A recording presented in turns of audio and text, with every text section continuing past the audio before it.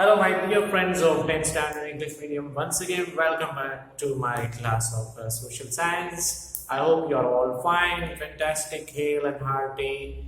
Okay, I must be enjoying your time with your family right now. Okay, now in this lecture, we are going to start a new chapter of economics. As you can see over here, which I have already written on the board, chapter number 17. Economics का chapter है economic problems okay and challenges poverty and unemployment very important chapter for us for the conceptual understanding of our the situation of our country और obviously syllabus के हिसाब से तो important है ही लेकिन हमारी देश की अर्थव्यवस्था और हमारे देश का जो एग्जिस्टिंग पोजीशन है वो समझने के लिए भी बहुत जरूरी है. As an aware and educated citizen, we should have practical knowledge of the economic status of our country. और वो status जानने के लिए हमें poverty और unemployment के बारे में जानना जरूरी है. अब ये दोनों समस्याएं जो हैं वो एक दूसरे के साथ जुड़ी हुई हैं. Poverty and unemployment, both these problems that we have, okay, they are interlinked to each other in our country. And that's why in the same chapter we have to study about both. क्योंकि अगर poverty है तो वहां पे unemployment होगा ही और अगर जहां पे अनएम्प्लॉयमेंट है तो वहां पे हम इमेजिन कर सकते हैं कि वहां पे पॉवर्टी होगा इसलिए अनएम्प्लॉयमेंट है. और ये दोनों समस्याओं का जो रूट कॉज है वो तो ऑब्वियसली ओवर पॉपुलेशन है. That's a kind of a universal problem कि जो सारे देश ऐसे हैं जिसमें इंडिया एक प्रोमिनेंट कंट्री कह सकते हैं जहां पे पॉपुलेशन बढ़ने का रेट जो है it is one of the highest. It increases as the highest rate as compare to the other country. Approximately per annum the rate of population rise is nearly about 2% per annum. यानी कि जितनी भी हमारी जनसंख्या है उसका 2% के हिसाब से हमारी पॉपुलेशन जो है वो पर एनम बढ़ रही है. तो एक एग्जांपल है कि मान लो कि फिलहाल अगर अप्रोक्सीमेटली हमारी जनसंख्या 130 करोड़ है, ठीक है, तो वी कैन इजीली इमेजिन कि आने वाले ईयर में 2021 में our population will go up to 2% के हिसाब से अगर इंक्रीमेंट उसका गिना जाए ओके तो 130 करोड़ का 2% जो होता है that is more than 2 crore 50 lakhs. एक ही साल में इतने लोग बढ़ जाएंगे हमारे देश में, जो एक ऐसा इंक्रीज है कि इतनी तो जनसंख्या काफी देशों की टोटल भी पॉपुलेशन नहीं है. ऐसे काफी सारे कंट्रीज है, smaller European countries for example and some of the smaller Asian and African countries also. There are so many smaller countries जिनकी टोटल जनसंख्या भी इतनी नहीं है, इतनी हमारी बढ़ती है. So that's the case. And in case if this keeps on going in our country, then we will have these problems, poverty and unemployment, as long as this overpopulation keeps on going. तो बहुत ही जटिल समस्या है, complex problem है. इसको सुलझाना चाहे जितने भी हम स्टेप्स लें, हम यानी कि हमारी गवर्नमेंट, ठीक है, तो भी ऐसा नहीं है कि उसका तुरंत हमें रिजल्ट मिल सकता है. The steps should be very effectively implemented and enforced. And at the same time public participation is also equally important. Okay, हमारा अवेयरनेस है तो ये समस्या को सॉल्व करने में हमें थोड़ा आसानी रहती है. Otherwise in case if public awareness is not there then it's very difficult to solve such problems. तो आइए हम पढ़ने की शुरुआत करते हैं. लेसन का नाम है वापस economic problems and challenges, poverty and unemployment. The lesson starts on page number 133 of your textbook. Okay, Indian economy experiences many serious and complex economic and social problems such as population growth, price rise, black money, poverty, unemployment, starvation, corruption, terrorism, etc. ये सारी समस्याएं हमारे देश में देखने को मिलती है. सब जनरल कॉन्सेप्ट है, सभी प्रॉब्लम्स के नाम है यहाँ पे। क्या उनका मतलब होता है आपको ऑब्वियसली पता ही होगा, बट 1 मार्क का अगर ऐसा क्वेश्चन आए कि what are the problems that our country faces on daily basis, okay, तो ये सारे प्रॉब्लम्स के आपको नाम लिखने हैं, एटलीस्ट 5-6 नाम आपको आने चाहिए। वापस मैं पढ़ रहा हूं कि पॉपुलेशन ग्रोथ जो कि सबसे पहला और सबसे बड़ा हमारा प्रॉब्लम है, then price rise, black money, poverty, unemployment, starvation, corruption, terrorism, these are the main problems, ठीक है। और इकोनॉमिक प्रॉब्लम्स को अगर इनमें से अलग किया जाए तो उनमें नाम आएंगे poverty, unemployment, price rise, population increase. These are the kind of economic problems we have. Okay, so out of these we shall study about poverty and unemployment, क्योंकि ये लेसन जो है स्पेशली पॉवर्टी के बारे में है, अनएम्प्लॉयमेंट के बारे में, तो उन्हीं दो समस्याओं का हम डिटेल में डिस्कशन हम यहाँ पे करेंगे। अब नीचे जो टॉपिक दिया गया है that is poverty. So first of all we will try and understand the definition of poverty over here, कि क्या मीनिंग होता है पॉवर्टी का, वो हम इसमें समझेंगे। ओके, ये पूरा एक छोटा सा पैराग्राफ है जिसको आपको ब्रैकेट कर देना है कि basically explains you what is the meaning of poverty over here. A large number of people are deprived of satisfying the basic and essential requirements of life such as food, clothes, shelter, education and health services. Such a situation is known as comprehensive poverty. यह poverty का एक standard definition है कि एक ऐसा जन समुदाय जो अपनी बेसिक नीड्स को भी पूरी नहीं कर सकता है। कौन सी बेसिक नीड्स होती है, तो हम आसानी से बता सकते हैं कि क्लोथ, शेल्टर, एजुकेशन, शेल्टर यानी रहने की जगह, एकोमोडेशन भी आप लिख सकते हैं, then education and then health services. Okay, ये भी अगर ये रिक्वायरमेंट भी अगर पूरी नहीं होती है उन जन समुदाय की, तो ऐसी सिचुएशन, ऐसी अवस्था को हम पॉवर्टी कह सकते हैं, राइट। और इसको कॉम्प्रिहेंसिव पॉवर्टी भी कह सकते हैं। कॉम्प्रिहेंसिव पॉवर्टी यानी कि जो भी हमारी बेसिक नीड्स हैं, generally in my point of view there are 5 basic needs, okay, food, shelter, clothing, education and health services. ये पांचों समस्याएं अगर कोई ये पांचों जो फैसिलिटी है, जो बेसिक नीड्स है, वो अगर कोई फुलफिल नहीं कर पाता है अपनी लाइफ में, उसका मतलब ये है कि उसका स्टेटस जो है वो कॉम्प्रिहेंसिव पॉवर्टी में आता है, right, because it's not about one particular need that he can't fulfil, but there are 5 of the basic needs that he can't fulfil, and that's why that particular status of poverty is known as comprehensive poverty, right? चलो moving on. So ऐसे लोगों को हम poor भी कह सकते हैं। एक बहुत ही कॉमन वर्ड में हम एक कह सकते हैं कि such people, the people living in such condition are known as poor people. गरीब लोग हम उनको कह सकते हैं, ठीक है।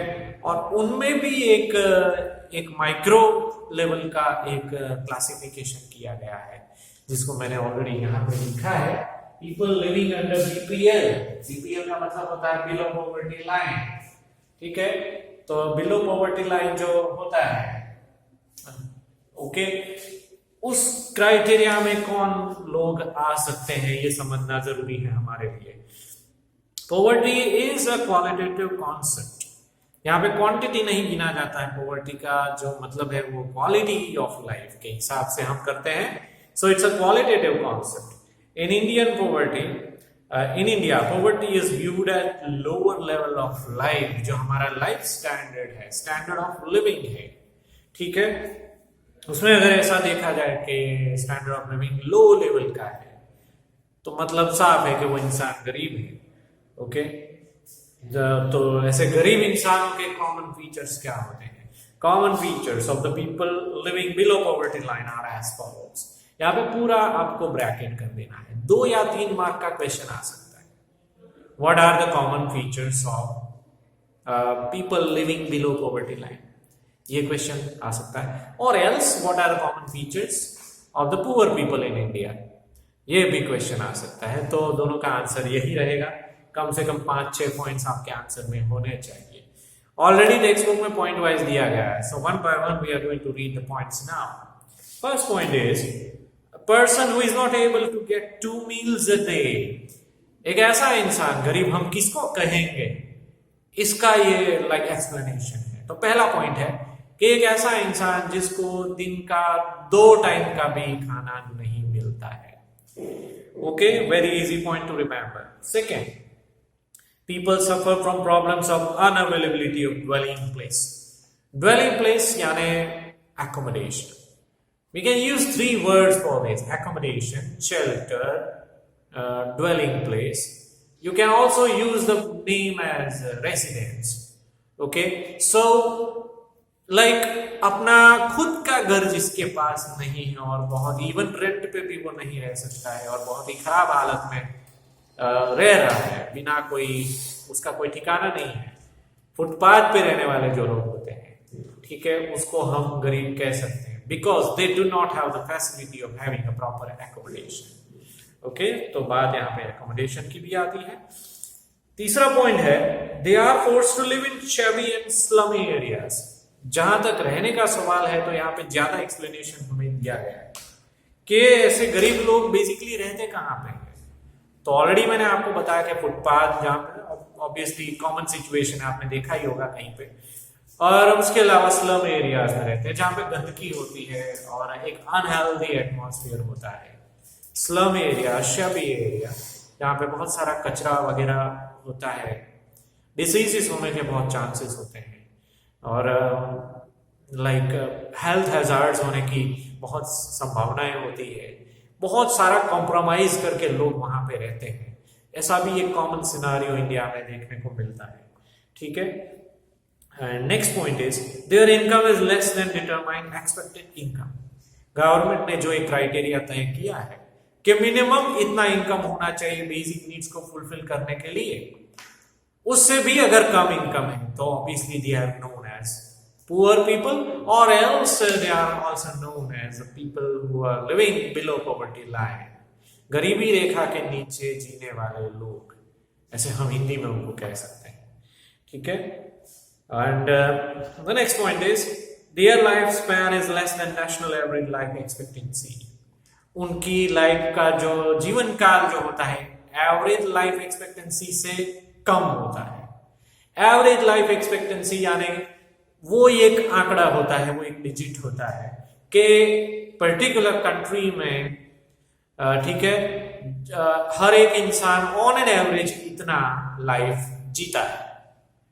ओके, मान लो कि अप्रोक्सीमेटली हमारे इंडिया में एक एवरेज लाइफ एक्सपेक्टेंसी रेट जो है, जब ये आर्टिकल लिखा गया था, eight that time it was around 63 years और 64 years, so that is the average. कई लोग ऐसा होते हैं कि जो 80-90 साल या उससे भी ज्यादा जीते हैं। कई लोग ऐसे भी होते हैं जो 60 साल से कम या तो बहुत ही कम उम्र में उनकी डेथ हो जाती है। Vice versa both the things can happen, लेकिन एवरेज अगर निकाला जाए सारी पॉपुलेशन का तो वो कुल मिला के when this article was written at that time it was around about 63 years, ठीक है। अभी प्रेजेंट सिचुएशन में हमारा एवरेज लाइफ एक्सपेक्टेंसी एज कितना है वो आप गूगल करके फाइंड आउट कर सकते हो इंटरनेट के माध्यम से। तो क्योंकि ये डिजिट जो है वो like it is always volatile, वो हमेशा चेंज होता रहता है, और जब भी हम सर्च करते हैं इंटरनेट के ऊपर तो हमें लेटेस्ट आंकड़ा जानने को मिलता है इसके बारे में। सो कहने का मतलब यही है कि गरीब लोग, उनका एक फीचर ये भी होता है कि जो एवरेज लाइफ एक्सपेक्टेंसी रेट है उससे भी कम लाइफ ये लोग जीते हैं और बहुत ही अनटाइमली डेथ उनका हो जाता है, कोई बीमारी की वजह से, या तो प्रॉपर न्यूट्रिशन उनकी खुराक में ना मिलने की वजह से, या तो फिर उन्होंने बीमारियों को निग्लेक्ट किया है, ठीक है, उसकी वजह से भी उनका लाइफ जो है एवरेज लाइफ वो कम रहता है। And then the next point is generally they are illiterate.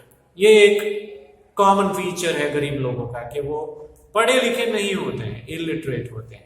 School attend नहीं किया है, या तो फिर किया है तो आधे से छोड़ दिया है, बहुत पहले छोड़ दिया है। क्वालिफाइड जो एक प्रोफेशनल क्वालिफिकेशन जो उनको चाहिए कुछ काम करने के लिए वो उनके पास नहीं होती है, they are either school dropout or at a very primary level they are the kind of dropout from the even primary schools also from villages.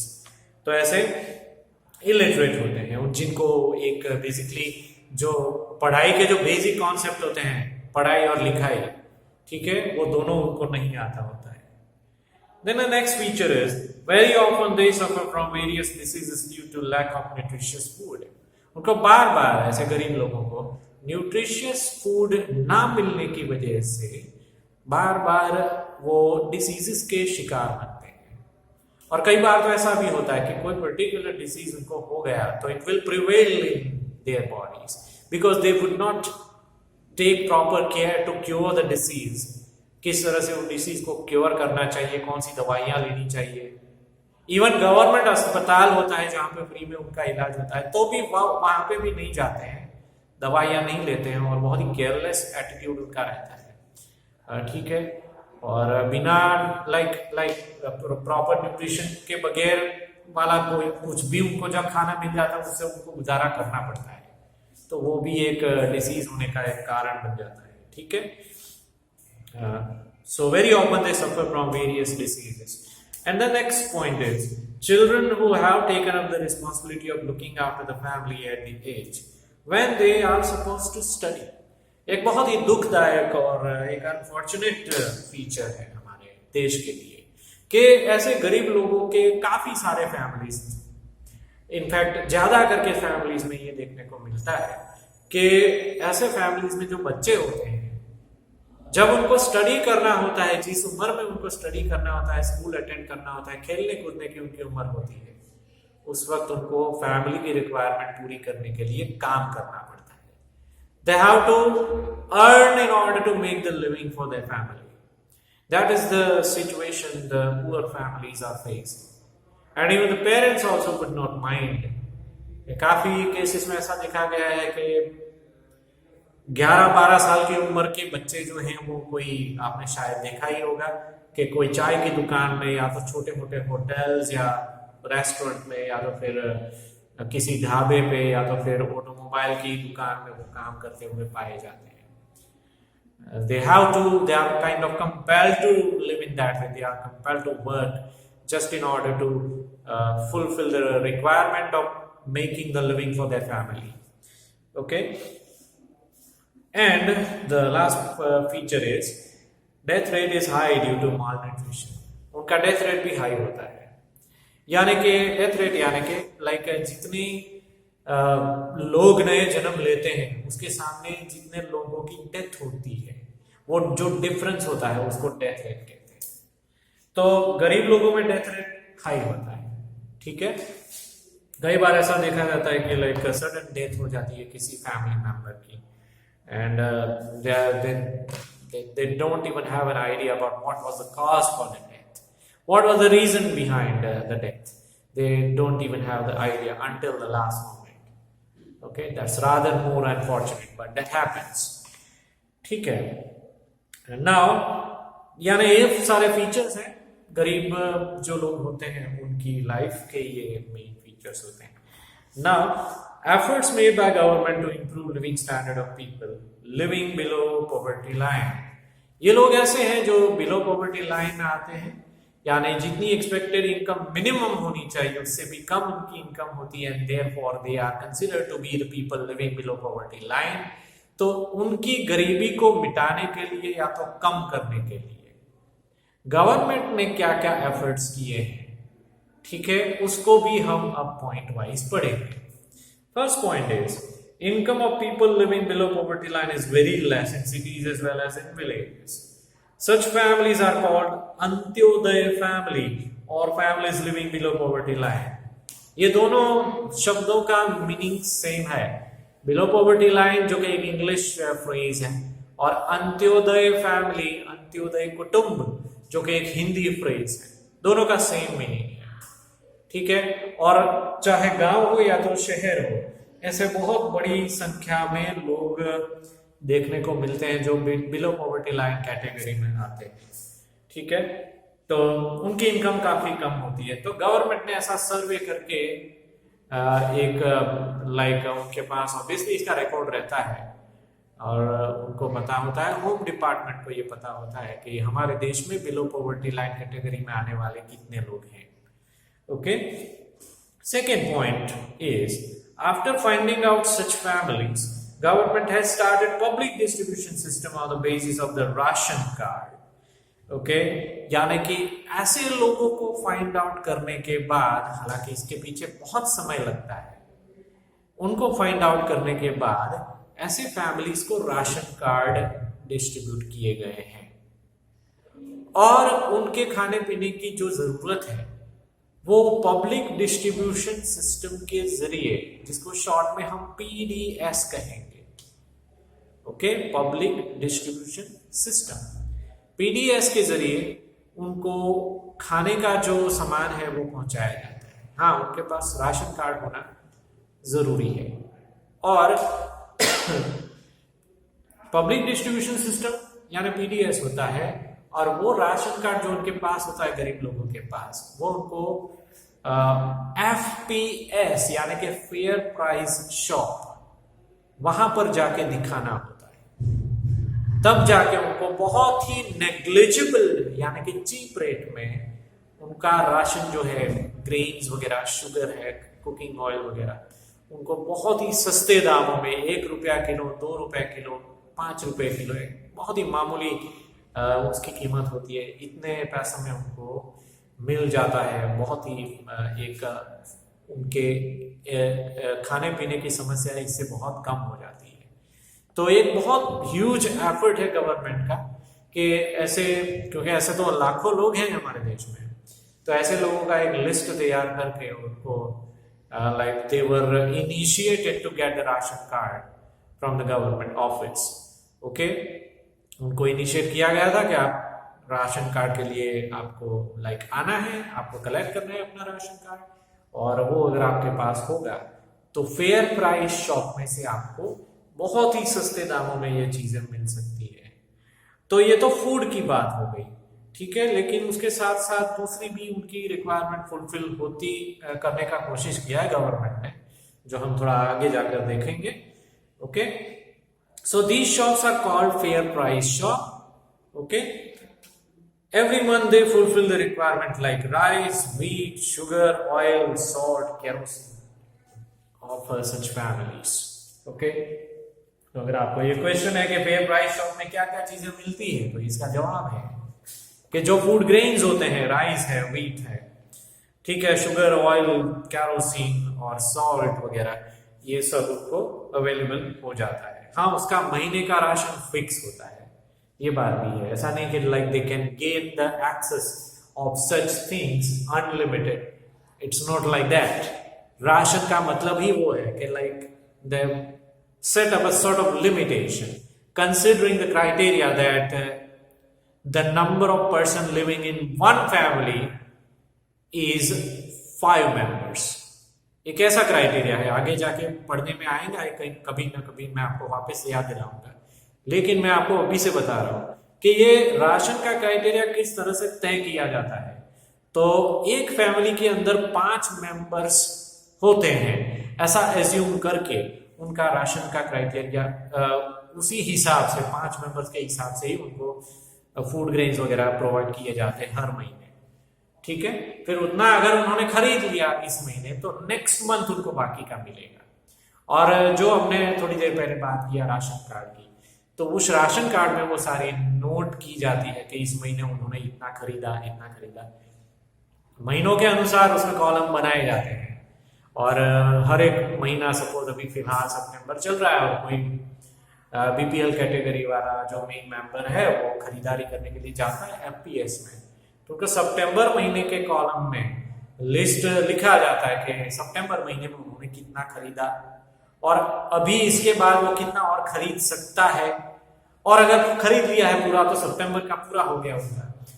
Okay, suppose एक एग्जांपल दे रहा हूं मैं कि सितंबर के महीने में that person is eligible to buy 5 kg of wheat for example, ठीक है। तो आज ही उन्होंने 5 kg ऑफ व्हीट खरीद लिया है, तो उतना राशन है, तो ऑब्वियसली इस महीने वो ज्यादा इतना नहीं खरीद सकता है, he is not eligible to buy any more wheat in this month.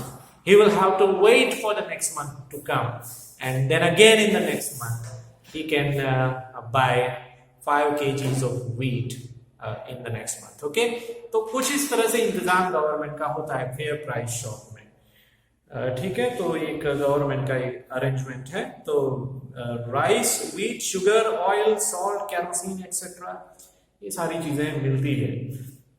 Third point है, it has tried to raise the living standard. Government ने जहां तक हो सके वो कोशिश किया है कि उनका लिविंग स्टैंडर्ड जो है वो ऊपर आए.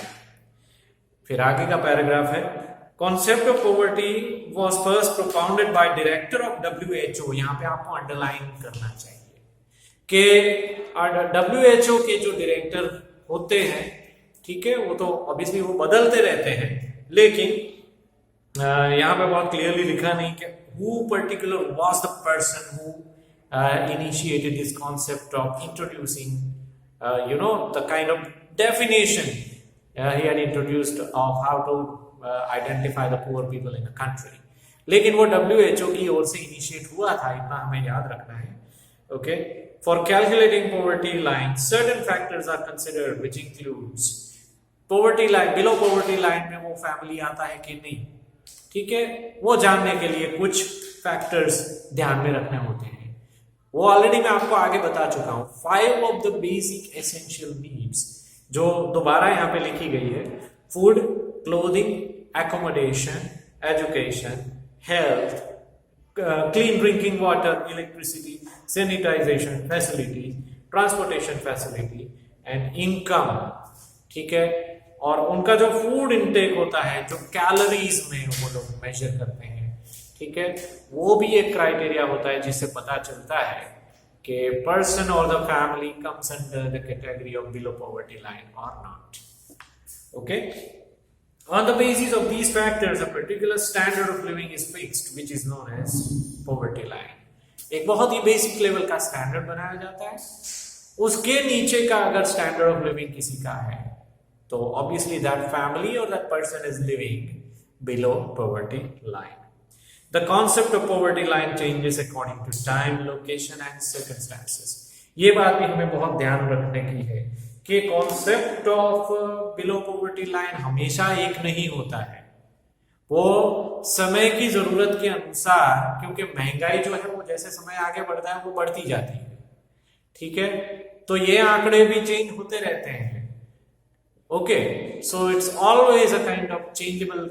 हाँ, कॉन्सेप्ट सेम है, लेकिन क्राइटेरिया जो है खास करके इनकम का क्राइटेरिया कि मिनिमम इतनी इनकम है और उससे कम इनकम किसी की आती है फैमिली में, ठीक है, तो वो बिलो पॉवर्टी लाइन में गिना जा सकता है. तो that particular level of income keeps on changing all the time. That depends on the time and the circumstances. Okay, अब मेजरमेंट ऑफ पॉवर्टी एक नया टॉपिक है. ओके, तो उसमें हम पढ़ेंगे there are 2 ways of knowing the number of people living below poverty line. 2 तरीके हैं. ओके, यहाँ पे जो टॉपिक लिखा है वो मैं उसके बारे में आपको समझा रहा हूँ, मेजरमेंट ऑफ पॉवर्टी, के कोई इंसान या कोई फैमिली गरीब है कि नहीं है, वो जानने के 2 तरीके हैं. पहला तरीका ये है, on the basis of expenditure behind various commodities or services by a family. कोई एक फैमिली जो कि गरीब है वो अपनी जरूरतों को पूरा करने के लिए कितना खर्चा करते हैं पर मंथ या पर एनम. दूसरा रास्ता ये है, on the basis of total income of the family. Family means minimum 5 members. मैंने आपको आगे बताया कि लाइक एक कॉमन क्राइटेरिया ऐसा गिना जाता है.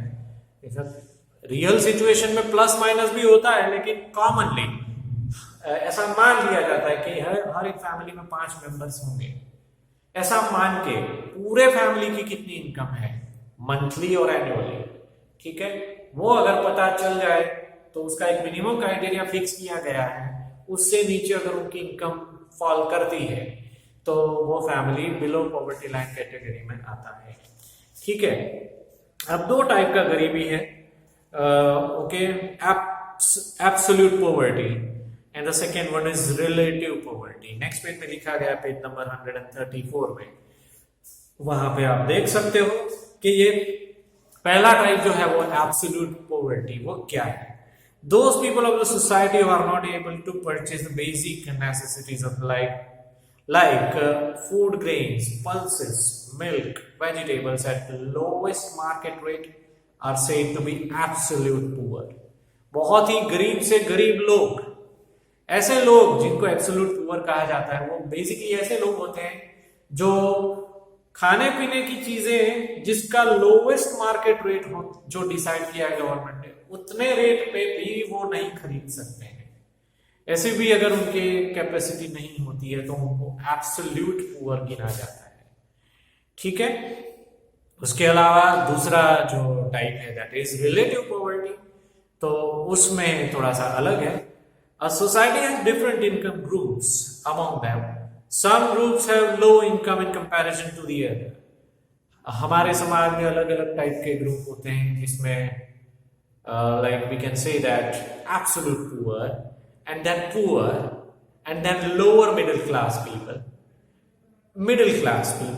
and then upper middle class people, then rich people, then extremely rich people. इतने लेवल्स हमारी सोसाइटी में देखने को मिलते हैं फाइनेंशियल कैपेसिटी के हिसाब से। तो रिलेटिव पॉवर्टी में क्या आता है वो मैं आपको समझा दूंगा। The society has different income groups, among them some groups have low income in comparison to the other. Okay, दूसरे ग्रुप्स के मुकाबले एक पर्टिकुलर ग्रुप ऐसा है उनकी इनकम कम है, छोटी इनकम है उनकी।